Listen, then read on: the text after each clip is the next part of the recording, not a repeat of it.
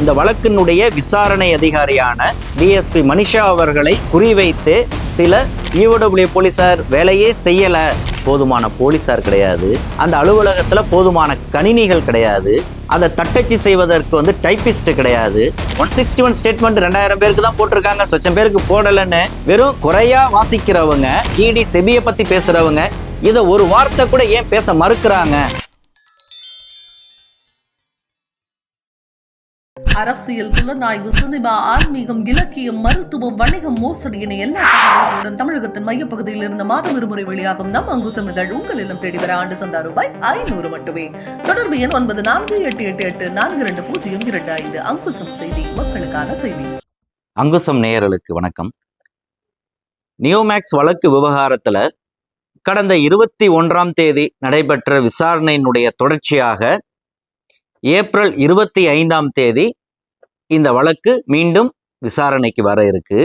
மிக முக்கியமா இந்த கட்டத்துல 3 முக்கிய விவகாரங்கள் குறித்து நீதிமன்றம் ஒரு தெளிவான முடிவை எடுக்க வேண்டும் அப்படிங்கிறது தான் பாதிக்கப்பட்ட முதலீட்டாளர்கள் மத்தியில் இருக்கக்கூடிய ஒரு ஏக்கமாகவும் கவலையாகவும் இருக்கு. ஒண்ணு, ஏற்கனவே சொன்ன மாதிரி நிலத்தினுடைய மதிப்பை நிர்ணயம் செய்வதற்கான கமிட்டி அமைப்பது குறித்து ஒரு தீர்க்கமான முடிவை எடுத்தாகணும். 2வது, நியோமேக்ஸ் நிறுவன தரப்பில் கடந்த 21ஆம் தேதி புதுசாக கொண்டு வரப்பட்ட ஒரு கோரிக்கையின் அடிப்படையில புகார்தாரர்களினுடைய நம்பகத்தன்மையை உறுதிப்படுத்தும் வகையில் ஒரு கிளைம் கமிட்டி அமைப்பது குறித்தும் நீதிமன்றம் ஒரு முடிவு எடுத்தாகணும். அது நம்பகத்தன்மையை மட்டும் உறுதிப்படுத்துவதற்கான கமிட்டியா அல்லது அவர்களுடைய கிளைம் எவ்வளவு அப்படிங்கிறத தீர்மானிக்கிறதுக்கான கமிட்டியாங்கிறத பத்தி நியோமேக்ஸ் தரப்பில் வாதாடின அந்த வழக்கறிஞர்கள் தெளிவாக அதை குறிப்பிடல. இது கிளைம் கமிட்டியாக அமைக்கணும் அப்படிங்கிற ஒரு வாதம் எழுந்ததுன்னு சொன்னா அந்த கிளைம் தொகை மெச்சூரிட்டியோட கிடைக்குமா இல்ல அசல் மட்டும் கிடைக்குமா, இது வரைக்கும் வாங்கின அந்த பெனிஃபிட் எல்லாமே, வட்டிகள் எல்லாமே கழிக்கப்படுமா அப்படிங்கிறதெல்லாம் பல்வேறு குழப்பங்களை கொண்டதாக இருக்கு. அது நீதியரசர் சொன்ன மாதிரி அதெல்லாம் பிறகு பார்ப்போம், முதல்ல நிலத்தினுடைய மதிப்பை முதல்ல நிர்ணயம் செய்வோம், அதற்கான ஒரு கமிட்டியை அரேஞ்ச் பண்ணி அந்த வேலையை கொண்டு போவோம் அப்படிங்கிறத சொன்னாரு. நியோமேக்ஸ் தரப்புல இந்த கமிட்டி இப்போவே நீங்க அமைச்சிட்டீங்கன்னா ரெண்டையும் பேரலா கொண்டு போகலாம் அப்படிங்கிற ஒரு வாதத்தை முன் வச்சிருக்கிறாங்க. அப்ப அந்த வகையில இந்த நிலத்தினுடைய மதிப்பை நிர்ணயம் செய்வதற்கான கமிட்டி குறித்தும் இந்த நியோமேக்ஸ் தரப்புல முன்வைத்தது போல புகார்தாரர்களுடைய நம்பகத்தன்மை மற்றும் கிளைம் குறித்து முடிவெடுப்பதற்கான கமிட்டி அமைப்பது குறித்தும் ஒரு தீர்க்கமான முடிவை, ஒரு தெளிவான முடிவை எடுத்தாதான் இந்த வழக்கு அடுத்த கட்டத்துக்கு நகரும் அப்படிங்கிறது தான் யதார்த்தமா இருக்கு. ஏன்னா அடுத்து கோடை விடுமுறை வருது, நீதிமன்றத்துக்கு ஏறத்தாழ 1 மாதம் விடுமுறை அளிக்கப்படும். அப்ப அதற்கு முன்னதாகவே இந்த கமிட்டி குறித்து ஒரு முடிவு எடுத்துட்டா அந்த கமிட்டி அந்த விடுமுறை நாள்ல அதனுடைய வேலையை செய்வதற்கு எளிதாக இருக்கும். திரும்ப கோடை விடுமுறை முடிந்து நீதிமன்றம் திறக்கும் பொழுது இந்த வழக்கு விசாரணைக்கு அடுத்த கட்டத்துக்கு செல்வதற்கு ஏதுவாக இருக்கும். இல்லைன்னா தேவையில்லாத ஒரு கால விரயம் அப்படிங்கிறது ஏற்படும் அப்படிங்கிற ஒரு சூழல்ல தான் இந்த வழக்கினுடைய விசாரணை ஒரு எதிர்பார்ப்பை கூட்டியிருக்கு. இதற்கு அடுத்த விவகாரமா பார்த்தோம்னா இந்த வழக்கு டான்பிட் சட்டத்தின் கீழே போடப்பட்டிருக்கு அப்படிங்கிற ஒரு வாதம் வைக்கப்பட்ட நிலையில அதனை தாண்டி ஐடி, இடி, செபி, மணி லாண்டரிங் இது போன்ற பல்வேறு விவகாரங்கள், இந்த மோசடியினுடைய பரிமாணங்கள் அப்படிங்கிறது எல்லை கடந்ததா இருக்குது அப்படிங்கிற ஒரு வாதத்தை பாதிக்கப்பட்ட முதலீட்டாளர்கள் தரப்புல வைத்திருந்தாங்க. அப்ப அதை கணக்கில் எடுத்துக்கிட்டு தான் ஐடி, இடியையும் இந்த வழக்குல சேர்த்திருக்காங்க, அவங்களுடைய கருத்துக்களை கேட்டிருக்கிறாங்க. அப்ப அவர்கள் என்ன பதில் சொல்றாங்க அப்படிங்கிறத பொறுத்தும் அது தொடர்பாகவும் இந்த வழக்கு விசாரணையில ஒரு முடிவெடுக்க வேண்டிய ஒரு அவசியம் இருக்குங்கிறத பார்க்குறோம். இதெல்லாம் ஒரு பக்கம் இருந்தாலும் இதிலேயே விடுபட்ட ஒரு விவகாரமா இந்த புகார் கொடுப்பதற்கான வாய்ப்பு மறுக்கப்பட்டவர்களுடைய நிலை குறித்து இன்னும் தெளிவுபடுத்தப்படாம இருக்குது. அதை சென்ற முறை நடந்த அந்த வழக்கு விசாரணையில வழக்கறிஞர் அழகர்சாமி சுட்டி காட்டது போல அவர் தரப்பிலிருந்து கவனத்துக்கு வந்த ஒரு 444 பேருடைய நிலைமையை சொன்னாரு. ஆனா பல பாதிக்கப்பட்ட முதலீட்டாளர்கள் கடைசி நேரத்துல பதிவு தபால்ல தங்களுடைய புகார்களை அனுப்பி அந்த ஒரு நாள் காலதாமதத்தை கூட போலீசார் ஏற்றுக்கொள்ளாமல் பல தபால்களை திருப்பி அனுப்பியிருக்கிறார்கள். அப்ப அவ்வாறு திருப்பி அனுப்பப்பட்ட புகார்களை மீண்டும் பெறுவதற்கான வாய்ப்பு குறித்தும் அந்த நீதிமன்ற விசாரணையில ஒரு தெளிவான முடிவு கிடைக்கும் பட்சத்தில் அவர்களும் இந்த செட்டில்மெண்ட்ல இணைந்து கொள்வதற்கான, இந்த புகார் பட்டியலில் இணைந்து கொள்வதற்கான ஒரு வாய்ப்பு கிடைக்குமா அப்படிங்கிற ஒரு ஏக்கத்துல அவர்கள் இருக்கிறாங்க. அதை விட மிக முக்கியமா இந்த புகார் கொடுத்தவங்களையே பலர் பாண்டுகளை மட்டும்தான் ஏத்திருக்கிறாங்க. அவர்கள் கைவசம் இருக்கக்கூடிய அந்த பத்திரங்கள் அது ஒரு ஆவணமாக ஏற்றுக்கொள்ளப்படாமல் நிராகரிக்கப்பட்டிருக்கு. அந்த பத்திரங்களினுடைய நிலை என்ன அப்படிங்கிறத குறித்தும் EOW போலீசாரும் நியோமேக்ஸ் தரப்பும் ஒரு முடிவை எடுத்து அதையும் இந்த பட்டியலில் இணைக்கணும் அப்படிங்கிற ஒரு கோரிக்கையும் எழுந்திருக்குது. அடுத்தது இதே போன்று இந்த பாண்டுகள்னு எடுத்துக்கிட்டோம்னா நேரடியா அவர்களுடைய பெயர்லேயே அந்த பாண்டுகள் இல்லாம வேறு நபர்களுடைய பெயர்களில் இருக்கக்கூடிய பாண்டுகளும் அவர்கள் கைவசம் இருக்கு. அதற்கான காரணத்தையும் நம்ம ஏற்கனவே சொல்லியிருந்தோம். அது போன்று பலர் அவர்களுக்கு தொடர்பு இல்லாத பெயர்களில் இருக்கக்கூடிய பாண்டுகளையும் தங்களுடைய முதலீட்டு கணக்கில் வைத்திருக்கிறாங்க. அது குறித்த ஒரு தெளிவும் அவசியமா இருக்கு. இதற்கு அடுத்து இன்னும் பலர் புகார் கொடுப்பதற்கான வாய்ப்பு கிடைக்குமா அப்படிங்கிறத நம்மளுடைய கமெண்ட் செக்ஷன்லயே கேட்டுட்டு இருக்கிறாங்க. இது குறித்து 2 விதமான கருத்து இருக்கு. ஒன்று, இந்த மாதிரி புகார் கொடுக்கறதுக்கு வாய்ப்பு கொடுத்துக்கிட்டே போனோம்னா இந்த வழக்கினுடைய விசாரணை போக்குங்கிறது திரும்ப தாமதமாகிக்கிட்டே இருக்கும். இப்போ ஒரு ஃபிக்ஸ் பண்ணி இருக்கிறாங்களா, இதை வச்சு இந்த வழக்கை நகர்த்திக்கிட்டு போகணும். புதுசா புகார் கொடுப்பதற்கான வாய்ப்பு கொடுத்து அவர்கள் ஏற்கப்பட்டாலும் அவர்களை தனியா செகண்ட் செஷனுக்கு அவங்கள வச்சுக்கணும். அது பார்ட் 2வா அவங்கள ட்ரீட் பண்ணணும் அப்படிங்கிற ஒரு கோரிக்கையும் பாதிக்கப்பட்ட முதலீட்டாளர்கள் தரப்புல இருக்கு. இது குறித்தும் EOW போலீசாரும் நீதிமன்றமும் அந்த வழக்கு விசாரணையில தெளிவுபடுத்தணும் அப்படிங்கிறது தான் பாதிக்கப்பட்ட முதலீட்டாளர்களுடைய எதிர்பார்ப்பா இருக்கு. அடுத்து அந்த நிலங்களினுடைய மதிப்பை நிர்ணயம் செய்வதற்கு கமிட்டி அமைக்கிறது அப்படிங்கிற விவகாரம் குறித்து நம்ம பேசியிருக்கிறோம். அதுல எந்த நிலங்களை எல்லாத்தையும் அவர்கள் மதிப்பீடு செய்ய போகிறார்கள் அப்படிங்கிறதுலையும் ஒரு குழப்பம் இருக்கு. நியோமேக்ஸ் தன்னுடைய கைவசம் 5 கோடி சதுர அடி நிலம் இருக்குன்னு வாயில தான் சொல்லிட்டு இருக்கிறாங்க. இதுவரைக்கும் அதை நீதிமன்றத்துல இந்த கிராமத்துல இந்த சர்வே நம்பர்ல இத்தனை ஏக்கர் இடம் இருப்பதாக இதுவரைக்கும் அப்படி ஒரு டீட்டெயில்டு ரிப்போர்ட் கொடுத்ததாக நம் கவனத்திற்கு வரல. இப்ப அந்த 5 கோடி சதுர அடி நிலம் இருக்குன்னு சொல்ற டீட்டெயிலை நிலத்திற்கான நிர்ணயத்தை மதிப்பீடு செய்யக்கூடிய கமிட்டி முன்பாக சமர்ப்பிக்கணும் அப்படிங்கிற ஒரு கோரிக்கை இருக்குது. அடுத்தது EOW போலீசார் இதுவரைக்கும் அட்டாச் செய்தது மட்டும் கிடையாது, அவர்கள் ஐடென்டிஃபை பண்ண நிலங்களையும் இந்த கணக்குல சேர்க்கணும். இடி அட்டாச் செய்த நிலங்களையும் இந்த கணக்குல சேர்க்கணும். அடுத்தது முதலீட்டாளர்கள் பலர் பல்வேறு நீதிமன்ற வழக்குகளின் வாயிலாக இதெல்லாம் நியோமேக்ஸுக்கு சொந்தமான நிலம் அப்படின்னு சொல்லி அவர்கள் சில நிலங்களை அடையாளப்படுத்தி இருக்கிறாங்க. அந்த நிலங்களையும் இந்த கமிட்டிக்கு முன்பாக சமர்ப்பிக்கப்படணும். அடுத்து மிக முக்கியமா கடந்த ஏப்ரல் 7ஆம் தேதி நடைபெற்ற அந்த விசாரணையில சோலைசாமி அவர்கள் குறுக்கிட்டு சொல்லும் பொழுது பல நிலங்களை அவங்க என்ன அட்டாச் பண்ணல அப்படின்னு சொல்லும்போது அப்ப நியோமேக்ஸ் நிறுவனத்தின் சர்வே நம்பர் என்ன அப்படின்னு சொல்லி ஓப்பன் கோர்ட்லயே கேட்டாரு. அது தொடர்பாக 3 வழக்குகள் பதிவு செய்யப்பட்டதா சொன்னோன்னே அந்த ரிட் மனுக்களுடைய எண்களை சொல்லுங்க, அதுல நீங்க சொல்லியிருக்கக்கூடிய சர்வே நம்பர்களை நீங்க கணக்கில் எடுத்துங்கன்னு சொல்லியிருந்தாங்க.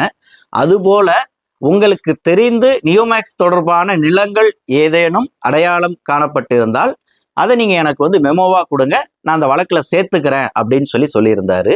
அது போன்றது ஒரு வாய்ப்பை பாதிக்கப்பட்ட முதலீட்டாளர்கள் தரப்பில், அதாவது இப்போதைக்கு யாரெல்லாம் வழக்கு தொடுத்திருக்கிறாங்களோ அவர்களுடைய அட்வொகேட் கவுன்சில் வழியாக நீதிமன்றத்தினுடைய கவனத்திற்கு அந்த சர்வே நம்பர்கள் எல்லாமே கொண்டு செல்லப்படணும். அவை எல்லாமே இந்த நிலத்தினுடைய மதிப்பை நிர்ணயம் செய்யக்கூடிய அந்த வழிகாட்டி குழுவின் வசம் ஒப்படைக்கப்படணும்.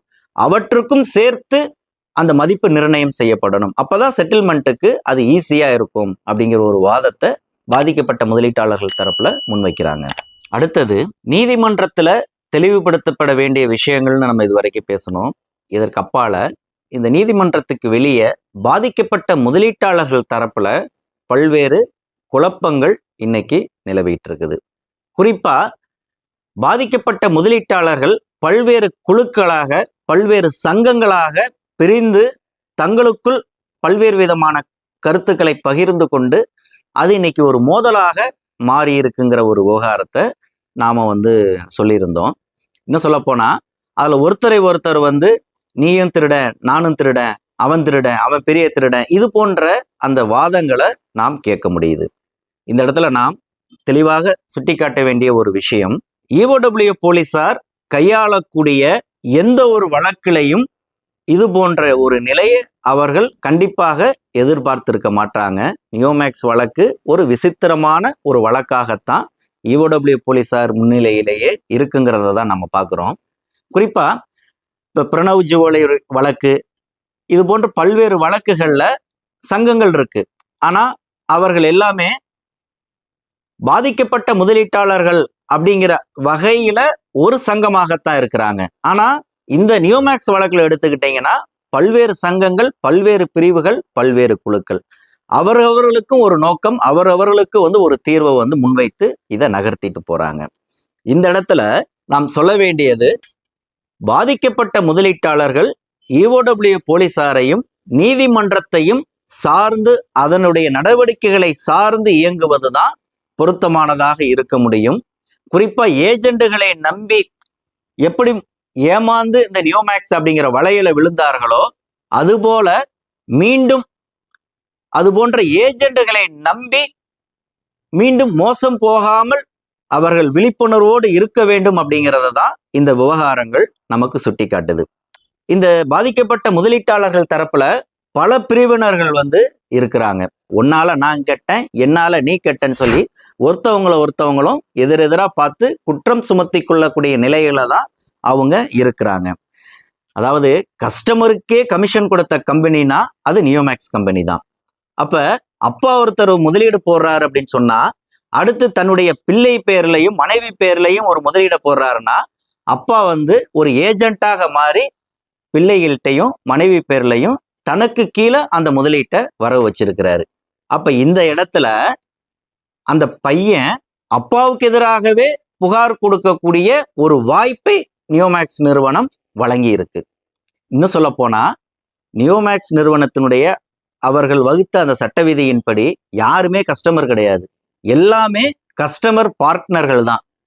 அப்ப நியோமேக்ஸ் இந்த நிறுவன விவகாரத்துல மட்டும் நான் பாதிக்கப்பட்ட முதலீட்டாளர்னு யாருமே சொல்லிட முடியாது. நியோமேக்ஸ் ஒரு வாதத்தை முன்வைத்தால் நீங்களும் என்னுடைய பார்ட்னர் தான் அப்படின்னு சொன்னா கடைசி நிலையில இருக்கக்கூடிய கஸ்டமரும் குற்றவாளியாக ஆக்கக்கூடிய ஒரு நிலைமை தான் இந்த வழக்கு விவகாரத்துல இருக்கு. இது ஒரு சிக்கலான பிரச்சனை.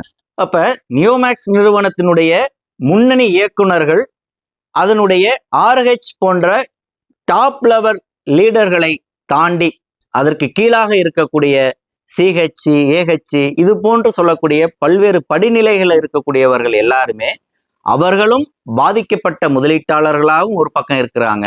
அவர் ஒரு 100 பேர்த்திட்ட பணம் வசூலிச்சிருந்தாருன்னா அந்த 100 பேரை ஏமாத்தின நபராகவும் அவர் இருக்கிறாருங்கிறது தான் இந்த வழக்குல இருக்கக்கூடிய ஒரு சிக்கலான பிரச்சனை.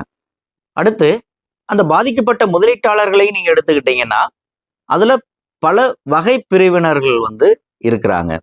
இப்ப அரசுல முக்கியமான பதவிகள்ல இருக்கக்கூடிய அதிகாரிகள் பலரும் நியோமேக்ஸ் நிறுவனத்துல முதலீடு போட்டிருக்கிறாங்க. பெரும் புள்ளிகள் ரியல் எஸ்டேட்ல கோலோச்சக்கூடிய பெரும் புள்ளிகள் பலர் பல கோடிகள்ல முதலீடு போட்டிருக்கிறாங்க. அதே போல ஓய்வு பெற்ற அரசு அதிகாரிகள், நீதிபதிகள், இது போன்று பல்வேறு அரசு பொதுத்துறையை சார்ந்த ஓய்வு பெற்றவர்கள் பலர் இதுல முதலீடு போட்டிருக்கிறாங்க. குறிப்பா ரிட்டையர்டு பேங்க் மேனேஜர்ஸ் பலர் இதுல அவங்களுடைய ரிட்டையர்மெண்ட் பெனிஃபிட்ஸ் எல்லாத்தையுமே இதுல கொட்டி இருக்கிறாங்க. சாமானியர்கள் அவர்களுடைய நகையை சொத்தை அடமான வைத்து, இன்னும் சொல்ல போனா சிலர் நகையெல்லாம் வித்து இதுல முதலீடு, அந்த அளவுக்கு அவர்கள் மூல செலவு செய்திருக்கிறாருங்கிறதை நம்ம சொல்லி இருக்கிறோம். அப்ப அது போன்ற ஒரு துணிச்சலான முடிவு எடுத்தவர்கள்லாம் இன்னைக்கு வாங்கின கடனுக்கு EMI கட்ட முடியாம அடுத்த வேலை சோற்றுக்கு வழி இல்லாம திண்டாடிக்கிட்டு இருக்கிறாங்க. அப்போ 1 லட்சம் போட்டவனும் இருக்கிறான், கோடிகள்ல முதலீடு போட்டவனும் இருக்கிறான். அப்ப அவர்களுடைய அந்த வாழ்க்கை சூழலுக்கு ஏற்ப எல்லாருமே பாதிக்கப்பட்டிருக்கிறாங்க.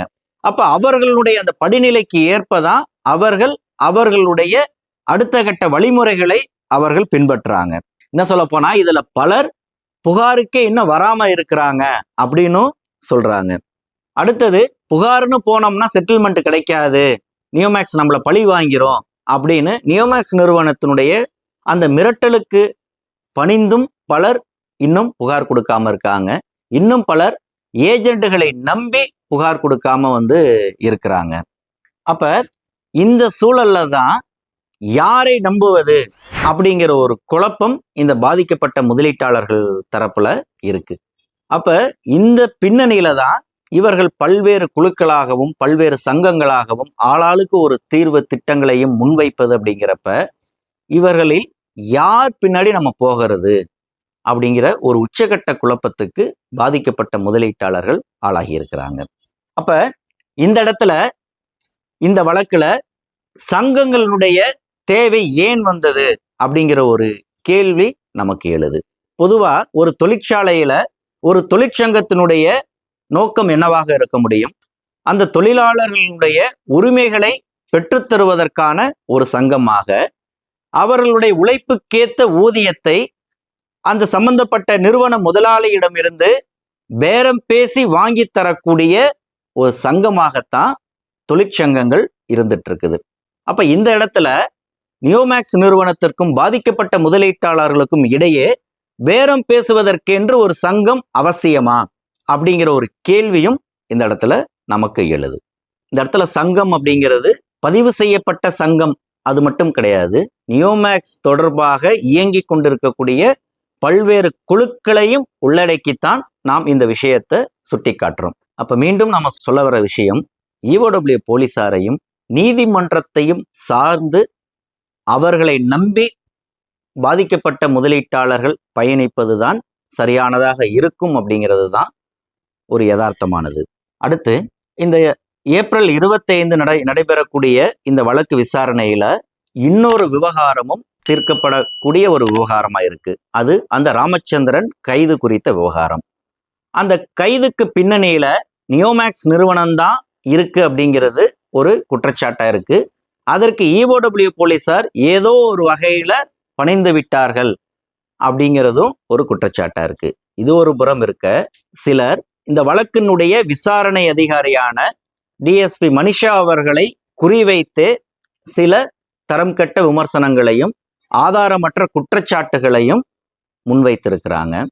இது EOW போலீசார் மத்தியில ஒரு வருத்தத்தை ஏற்படுத்தக்கூடிய ஒரு நிகழ்வாகவே மாறி இருக்குன்னு தான் நாம் சொல்ல முடியும்.